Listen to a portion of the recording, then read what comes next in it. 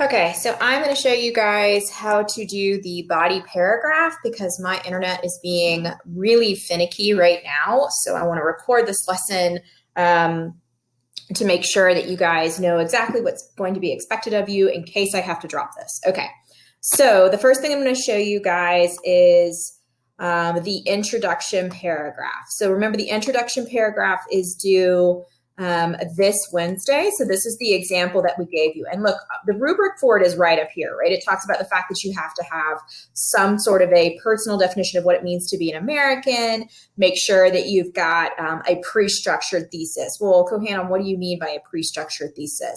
So for this one, it's the very last sentence of the example introduction paragraph. And pre-structure just refers to the fact that you are going to hint at what the rest of the essay is going to be about. So we refer to these particular separations in the thesis statement as prongs. So there's a two-prong thesis or a three-prong thesis, and this is a simplified way of understanding that. So the first prong would be this part of the thesis statement that says one must accept America with its many imperfections. So my first body paragraph is going to be about, I define being an American as accepting America with its imperfections. And then my second body paragraph, and I'm just going to highlight that so you can see it.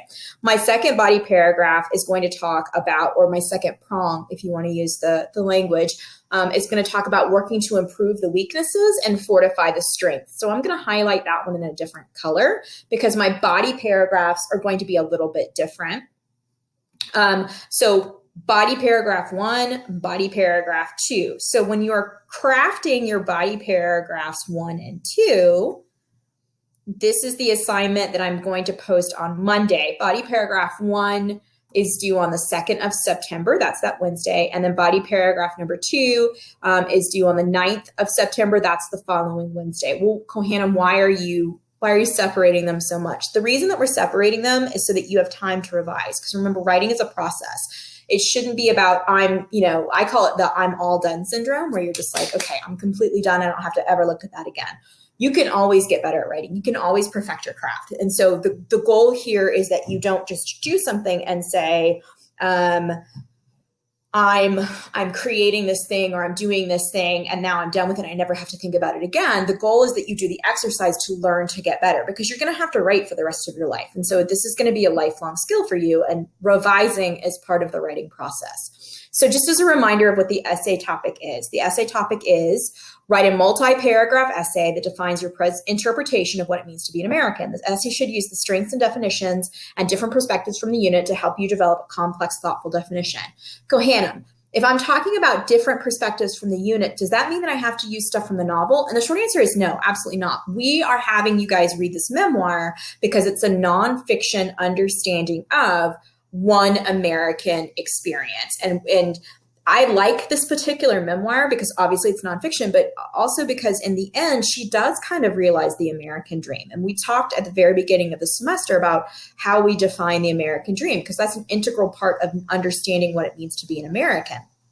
So when we're talking about the idea of the American dream, I'm just checking to make sure I'm okay for time. Yeah. When we're talking about the idea of the American dream is an aspect of what it means to be an American. And so the Glass Castle plays into this, right? Her American experience, although as a child, it's not ideal, it's far from ideal. In the end, she actually does end up becoming successful.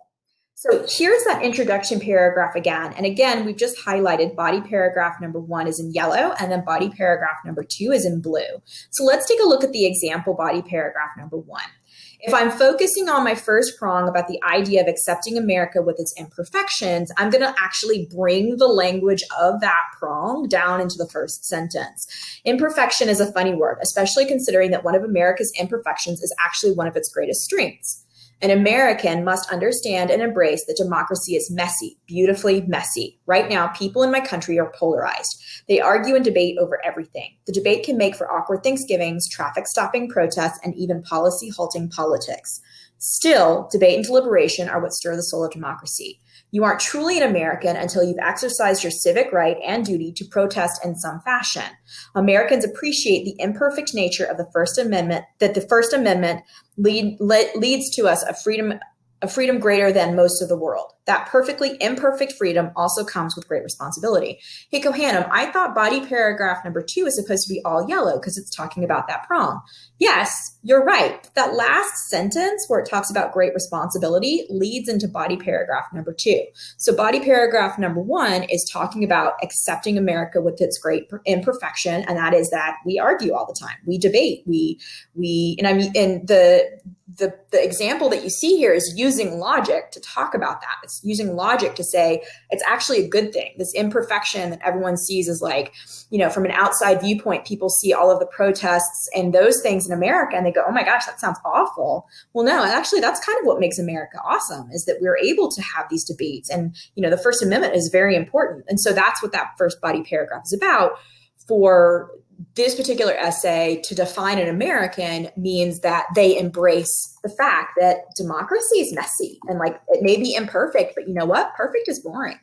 Okay, so body paragraph number 2. Remember, body paragraph number 2 refers back to that thesis statement, working to improve the strengths and weaknesses, right? Fortify the strengths and to make better the weaknesses. Okay, so the last sentence of the first body paragraph says great responsibility. Here's body paragraph number 2. As an American, I know that I cannot simply accept liberty that is afforded by residing in this country. I have a duty to improve what I see as a weakness and to strengthen the pillars that uphold the American values and ideals. For me, an American citizen must recognize that we all have obligations to better this majestic nation. I do that through service to the National Park Conservancy. So this type of argument is what's called an anecdotal argument. You guys have heard that before. You've probably been hearing that since like 7th grade. An anecdote is just a personal story that's used to fortify a position or an argument. And that's all this is. It's just a personal anecdote that's used to fortify this particular argument. Kohanam, do I have to use an anecdote? No, but you do have to back up your claim. You can't just say, well, being an American means that you do stuff for your country. Okay, bye.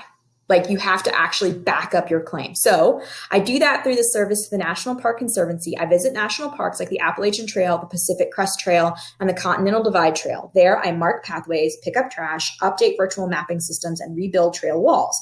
There are many other ways to serve your country besides what I do, like military service, teaching, social service, law enforcement, or raising responsible civic-minded children.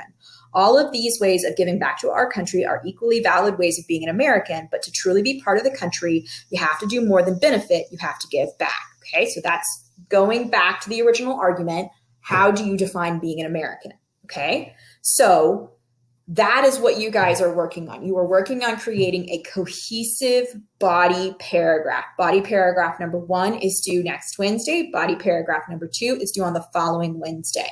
And the goal is that you guys work through this process so that you perfect your writing, and it won't be perfect, but so that you improve your writing each time. Don't just write it and walk away and be done with it. The goal is that you improve your writing every single time.